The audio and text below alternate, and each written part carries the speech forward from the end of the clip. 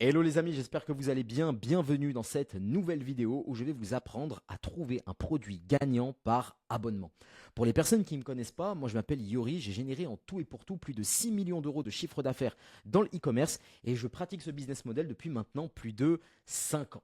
Mais pourquoi je vous parle aujourd'hui d'abonnement? Eh bien pour la bonne et simple raison que dernièrement, toutes mes marques tournent autour de cela. Et à force d'avoir fait des recherches à gauche, à droite, je me suis rendu compte qu'il n'y avait quasiment aucun contenu aujourd'hui en France qui parlait de ce business model. Pourtant, aux États-Unis, c'est quelque chose de relativement commun et c'est même limite devenu la norme. Parce que c'est vrai qu'aujourd'hui, les avantages à faire de l'abonnement sont juste incroyables. Vous n'avez plus à être rentable à la première acquisition, vous pouvez prévoir votre rentabilité et en termes de croissance, c'est juste phénoménal. Donc c'est pour ça que je vais vous apprendre à trouver ce type de produit dans cette vidéo. Donc restez jusqu'à la fin parce qu'à mon avis, vous allez en avoir pour votre argent. C'est parti. Du coup les amis, on se retrouve sur cette petite présentation où je vais vous expliquer le programme qui vous attend. Déjà pour commencer, on va regarder ensemble les critères de sélection d'un bon produit et enfin, je vais vous expliquer comment le rechercher concrètement. Mais avant de commencer, on va regarder ensemble des résultats qui ont été obtenus sur une boutique qui fonctionne par abonnement. Alors, je sais qu'il y a pas mal de personnes qui aiment à chaque fois que je leur dise la niche, etc. Je vais vous le dire, c'est un complément alimentaire qui a été créé de A à Z par moi et mes équipes en Chine directement grâce à ChatGPT. C'est une formule littéralement qui a été générée par Chat, c'est incroyable. Donc le produit a une énorme satisfaction cliente. C'est une boutique qu'on a lancée exactement en mai 2025. Au début, ce n'était pas de l'abonnement. Et quand on a commencé à voir que l'acquisition était intéressante, eh bien, on a proposé de l'abonnement. Une personne sur trois s'abonnait à cette marque. Et comme vous pouvez le voir, il y a eu une croissance incroyable jusqu'à décembre 2025. Je ne vous montre pas la suite parce que tout simplement, je ne suis plus actuellement le propriétaire de cette marque car elle a été revendue. Petit disclaimer, une marque par abonnement se revend peut-être 3 à 5 fois plus cher qu'une marque classique. L'EBITDA, le multiple de valorisation, si je puis appeler ça comme ça, qui permet de donner un prix à un business, eh bien, est 2 à, comme je l'ai dit, 3 fois plus élevé dans un contexte de produits par abonnement. Ce qui est super intéressant sur cette marque, comme vous pouvez le voir, c'est qu'il y a un taux de conversion à 3,15%. Pour une marque qui fait de l'abonnement, la plupart du temps, on va aller viser un ROAS break-even. Parce qu'on sait que comme les gens vont rester 3, 4, 5 mois, eh bien, on va gagner au mois 2, etc. Là, vous vous rendez compte, on était capable de scaler alors qu'on faisait de l'abonnement. C'est incroyable. Et comme vous pouvez le voir, ici, on a un taux de clients récurrents de l'ordre de 60%. C'est juste incroyable. Donc voilà pour les petits détails. Comme vous pouvez le voir, là, je vous montre un petit peu l'envers du décor. Ça, c'est l'application Seal Subscription. Donc, c'est une application qui est sur Shopify et qui permet, entre guillemets, de gérer toute la partie abonnement. Et comme vous pouvez le voir, au jour le jour, en vert, ça va être tous les abonnements du mois précédent à la même date qui sont recrédités sur Shopify. Et en rouge, là, vous avez tous les abonnements qui ne passent pas. C'est normal, il y a un taux de churn existant. Mais comme vous pouvez le voir, d'un mois à l'autre, c'est genre incroyable. Je ne vous ai pas mis des captures d'écran des mois précédents, mais c'est à chaque fois exponentiel. Regardez, sur la journée du 30, on prend 5 000 euros en plus de l'acquisition qu'on fait au jour le jour qui tournait autour de 3 à 5 000 euros selon la performance des publicités. Et comme vous pouvez le voir, c'est genre incroyable. Pas étonnant que c'est un business de fou. Mais maintenant, tous les produits ne peuvent pas permettre ce type de résultat. Et c'est pour cette raison qu'on va attaquer la deuxième partie qui est les critères de sélection d'un produit par abonnement. Alors déjà, pour commencer, vous allez avoir plusieurs choses. La première chose, ça va être que le produit soit compréhensible en 2 secondes. Quand quelqu'un arrive sur votre site internet, il faut qu'il puisse en une fraction de seconde comprendre directement à quoi le produit sert. Donc, je ferai des vidéos prochainement pour parler un petit peu de la page produit, etc. Tout ce qu'il faut que vous retenez, c'est que lorsque la personne arrive de parler texte, c'est-à-dire la proposition de valeur unique que vous montrez sur votre site internet, il faut qu'on comprenne tout de suite. Par exemple, grâce à cette poudre, vous allez perdre 6 kilos en 90 jours. Deuxième chose, il faut qu'il y ait une douleur profonde et récurrente. Il faut que la personne, du matin au soir, elle réfléchisse à sa problématique. Vous voyez, il faut que tous les jours, ça soit quelque chose qui toque comme un marteau-piqueur dans sa tête. C'est ce type de problématique-là qui va vous permettre d'avoir des leviers psychologiques qui vont être tellement puissants que les gens vont acheter votre produit. Ensuite, il faut une cible identitaire. Alors ça, qu'est-ce que ça veut dire? C'est très important. Ça veut dire qu'en fait, que les personnes qui achètent votre produit doivent se reconnaître entre eux. Les personnes qui ont de l'arthrose, par exemple, ils se reconnaissent entre eux, ils ont des sujets de conversation, ils peuvent en parler. Par exemple, le sujet du CrossFit, par exemple, bah, ça c'est un truc identitaire. Par exemple, le café, c'est identitaire. Une personne qui parle avec une autre personne de café, ils vont parler de machine à café, ils vont parler de tout un tas de choses. Il faut que la personne se reconnaisse comme étant appartenir à un groupe. Ensuite, il faut un effet wow. L'effet wow, il peut fonctionner de deux manières. Soit votre produit, de par le design, de par les couleurs, de par son mode de fonctionnement, eh bien ça le rend inhabituel et donc ça arrête l'œil. Donc ça va être un effet wow. Typiquement dans la vente de produits classiques, eh bien par exemple, je dis n'importe quoi, un nounours qui chante la Macarena en espagnol pour souhaiter une bonne journée aux enfants, eh bien ça c'est un effet wow par exemple. Mais l'effet wow, il peut être aussi obtenu par un effet spectaculaire. Par exemple, une crème qui va permettre de retirer les boutons de la peau de façon instantanée. L'avant-après que vous présentez dans vos publicités, c'est un effet wow. Et enfin, bien évidemment, pour avoir un produit à achat récurrent, il va falloir avoir un produit consommable, un produit qui se recharge ou un produit qui nécessite d'être remplacé parce qu'il se consomme tout simplement. Donc ça, c'est vraiment les critères de sélection. Donc, vous l'aurez deviné, on va dire totalement adieu aux correcteurs de posture, on va dire complètement adieu aux bracelets qui permettent de voir la photo d'un être aimé dedans, on va dire adieu aux gaines, etc. Ça ne nous intéresse pas. Ensuite, on va plutôt se concentrer sur cette typologie de produits. Les compléments alimentaires, les produits beauté, les soins capillaires, les compléments alimentaires pour animaux, etc. Autant de produits qui nécessitent une prise régulière pour obtenir des effets. Par contre, il y a quelque chose à prendre en considération, il y a des exceptions à noter et vous allez voir que en fait, c'est dans cette partie-là que j'ai envie de vous emmener parce que je le sais, il n'y a personne en France qui vous aura dit ce que je m'apprête à vous dire. Donc, ouvrez bien vos oreilles parce que c'est clairement une opportunité de fou.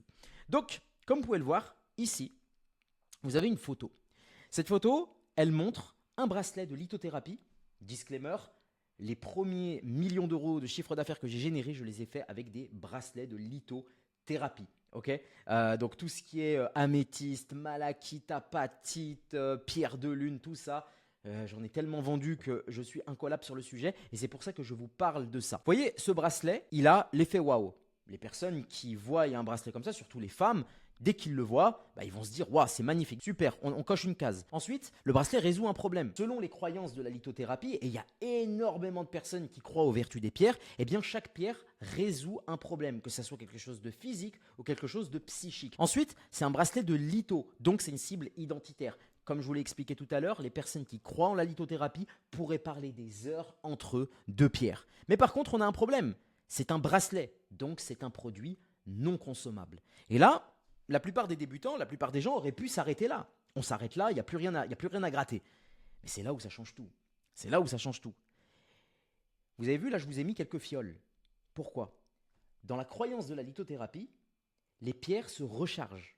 Et ils se rechargent comment? Avec de l'eau de rechargement. Donc, qu'est-ce qu'il faudrait que vous fassiez là? Vendre des bracelets de lithothérapie et vendre des fioles qui regroupent les bienfaits de recharge des pierres pour que les gens, à chaque fois qu'ils achètent un bracelet, eh bien, ils puissent aussi commander vos produits de rechargement pour maintenir les effets des pierres. Parce que c'est une croyance qui est aussi connue que les bienfaits de la lithothérapie, qu'il faut recharger son bracelet. Et ça, c'est quelque chose que les gens qui achètent ce type de produit croient dur comme fer. Donc l'eau de rechargement, c'est hyper simple à faire. Il faut mettre de l'eau, du sel, quelques petits ingrédients. Ça vaut que dalle et ça va vous permettre d'avoir un produit par abonnement. Mais ce n'est pas tout. Vous avez aussi des compléments alimentaires qui améliorent, selon les croyances de la lithothérapie, l'axe vibratoire avec le magnésium, le fer, etc., etc. Vous créez littéralement une machine à cash. Ok? Donc ça, c'est cadeau, c'est de la valeur de fou que je viens de vous donner. Ok? Donc maintenant, il y a la chose la plus intéressante, la plus importante à prendre en considération. Parce qu'avoir des critères, c'est bien, mais trouver des produits dont les gens veulent vraiment, c'est une autre paire de manches. Je vous ai mis une petite phrase ici. En payant, tu achètes de la vitesse et de la structure. En gratuit, tu paies avec ton temps et ta discipline. Tu dresses l'algorithme, le résultat est identique. Tu vois quel produit monte, quel produit tourne, quelle boutique scale. En bref, qu'est-ce que ça veut dire? La méthode payante va vous permettre d'aller beaucoup plus vite, mais la méthode gratuite va vous permettre de marcher avant de courir. Autre chose importante, je vous ai mis ici le triangle d'or. Le triangle d'or, rappelez-vous, c'est exactement ce qu'on retrouve ici. Quand vous recherchez un produit, vous devez systématiquement avoir ce triangle d'or sous le coude pour savoir systématiquement si votre produit est éligible ou non. Donc pour la méthode payante, on commence tout de suite. Donc déjà pour commencer, la méthode payante, elle se passe avec TrendTrack, qui est pour moi aujourd'hui le logiciel le plus intéressant pour trouver des produits à fort potentiel. Ce qu'il faut savoir, c'est que lorsque vous arrivez sur TrendTrack, vous avez la possibilité de filtrer. Par exemple, quand vous recherchez des produits, vous allez aller par exemple sur le marché américain, qui est en général un petit peu en avance sur l'Europe, donc on peut trouver des produits assez facilement là-bas. Mais vous pourriez aussi aller en Allemagne, dans les pays nordiques, etc. Mais on va prendre les États-Unis, qui est le cas le plus classique. Vous pouvez classer les publicités ou les boutiques par nombre de vues ou alors par date de mise en ligne. Admettons que vous classiez par visite. Ce que vous pouvez faire, c'est par exemple noter que des boutiques qui ont moins de 10 000 visites. Pourquoi ? Parce que, en fait, ce qu'il faut savoir, c'est que la plupart des AdSpy, donc des logiciels comme TrendTrack, vont utiliser SimilarWeb, qui est un logiciel qui permet de traquer le nombre de visites sur un site pour estimer le nombre réel de personnes qui visitent le site web. Le truc, c'est que cette mise à jour, en fait, elle se fait tous les 3 mois. Donc, ça veut dire qu'en mettant 0 visite ou alors très peu, comme 20 000, eh bien, vous allez pouvoir tomber sur des sites qui sont potentiellement en train de scaler, mais qui sont encore sous les radars étant donné que SimilarWeb ne s'est pas encore mis à jour. Donc ça, c'est la première chose intéressante. Mais en plus de ce filtre-là, vous allez pouvoir affûter cela en ajoutant des sélections d'applications. Par exemple, on le sait aujourd'hui, quand vous faites de la publicité sur Meta, eh bien, Meta va très mal traquer les ventes qui ont été générées par telle ou telle publicité. Par exemple, sur 10 ventes à la fin de la journée, il est possible que Meta en ait traqué que 5 ou 8. Il y en a quand même quelques-unes qui passent sous les mailles du filet. C'est pour ça que la plupart des personnes qui commencent à chiffrer peuvent, s'ils le souhaitent, utiliser des applications qui vont améliorer le tracking. Des applications comme Triple Whale. Triple Whale, c'est une application qui permet, si vous le voulez, d'attribuer une triple attribution à vos publicités de manière à pouvoir mieux traquer les ventes. Mais le problème, c'est que Triple Whale coûte très cher. Donc une personne qui utilise Triple Whale mais qui n'a pas beaucoup de visites sur son site, alors là, on sait que c'est une personne qui cache quelque chose. C'est une personne qui fait de la visite, qui fait beaucoup de ventes et qui veut surtout savoir quelle publicité fait des ventes pour pouvoir scaler. Mais si en plus de ça, on ajoute le filtre ads actives et qu'on met par exemple minimum 100 ads actives, eh bien on va avoir une personne qui est en train de scaler ses ads, donc il est en train de scaler le nombre de publicités parce qu'il y a quelque chose qui fonctionne.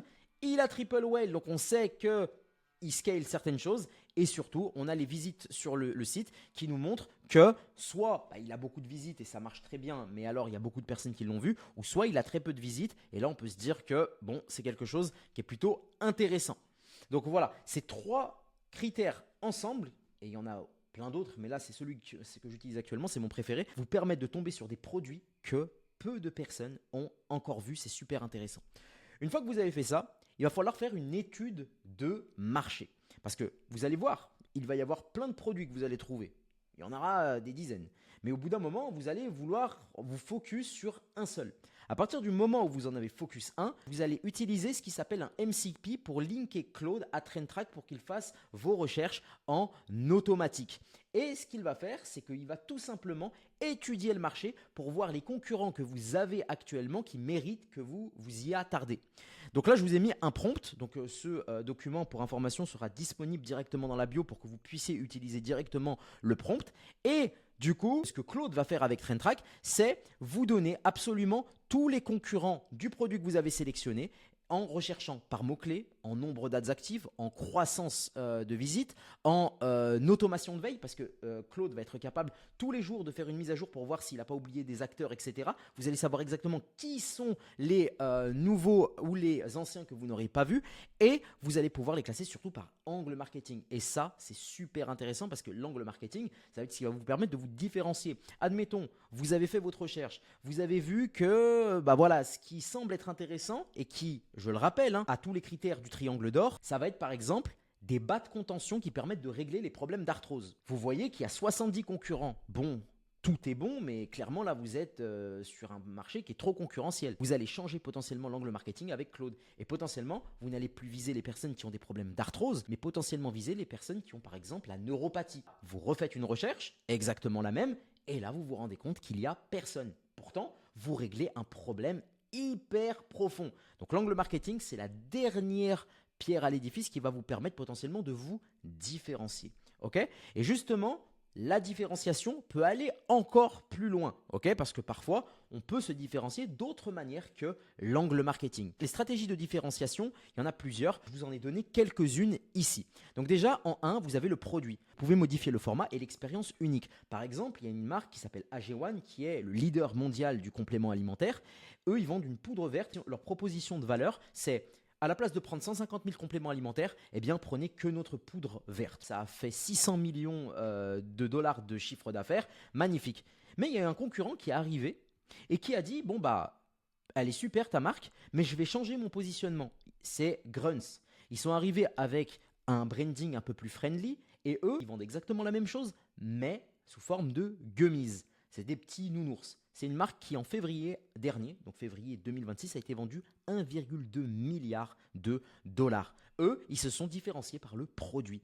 Vous pouvez vous différencier également par le mécanisme. Si je reprends l'exemple de AG1, il y a IM8 qui est arrivé récemment sur le marché. C'est une marque qui a été cofondée par David Beckham. Et en fait, eux, ils ont juste copié AG1 en disant aux clients, ok, AG1 c'est bien, mais moi, mon produit est plus dosé. Donc il se différencie par l'autorité parce que c'est David Beckham qui est mis en tête de gondole, entre guillemets. Et en plus de ça, vous avez le mécanisme qui a été changé avec un produit qui est plus riche. Okay, vous avez aussi les ingrédients. Par exemple, vous auriez pu vendre exactement le même produit, mais en changeant la composition. Par exemple, pour les personnes qui sont véganes. Vous avez aussi le ciblage. Par exemple, admettons que votre concurrent vise les sportifs qui ont entre 25 et 45 ans. Vous allez viser les personnes qui ont entre 60 et 70 ans qui sont également sportifs. Ce n'est pas du tout la même manière de communiquer. Vous avez aussi le storytelling. Vous allez pouvoir raconter une histoire qui est précise à vous. Vous allez vous présenter comme étant le fondateur de la marque. Ce qui va faire que les gens ne vont plus acheter parce que vous vendez un produit X, ils vont acheter parce que c'est vous qui le vendez. Ensuite, vous avez l'offre. Vous pouvez vendre moins cher ou alors beaucoup plus cher et avoir un positionnement beaucoup plus premium. Vous pouvez vendre par exemple des bundles, donc par exemple un acheté, deux offerts alors que le concurrent ne le fait pas. Offrir plus de garanties, vous différencier comme je l'ai dit au niveau du prix. C'est ce qui va permettre, après analyse, de créer votre angle unique.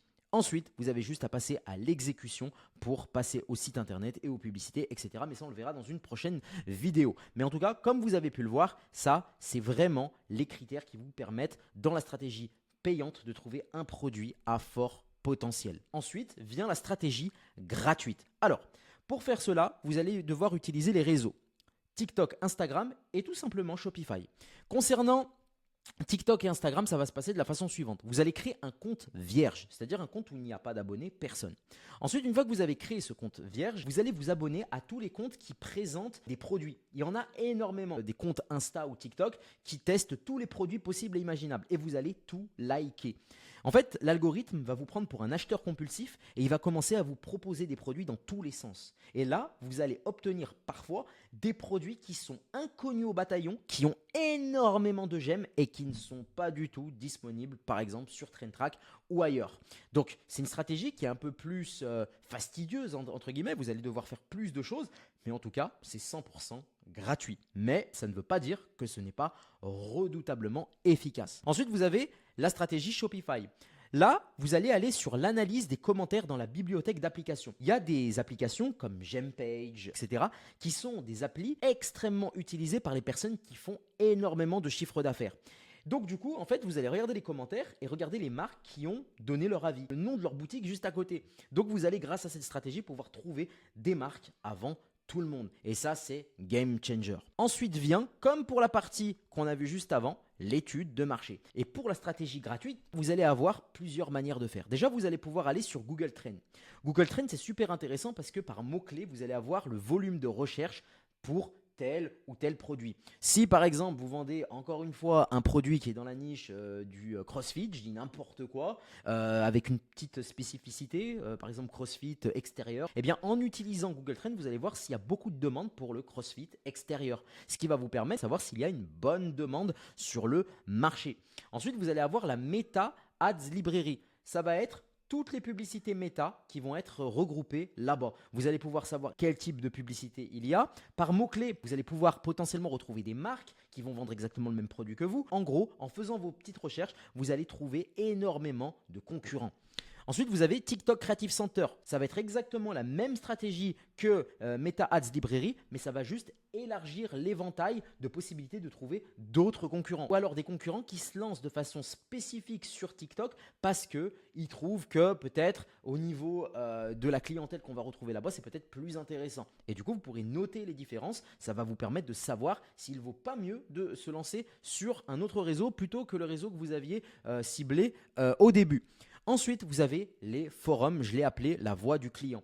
Sur les forums, vous allez avoir par problématique, parce que quand vous tapez par exemple problème, rétention d'eau, visage par exemple, il y a 9 chances sur 10 que vous tombez sur un Reddit qui parle de ce sujet.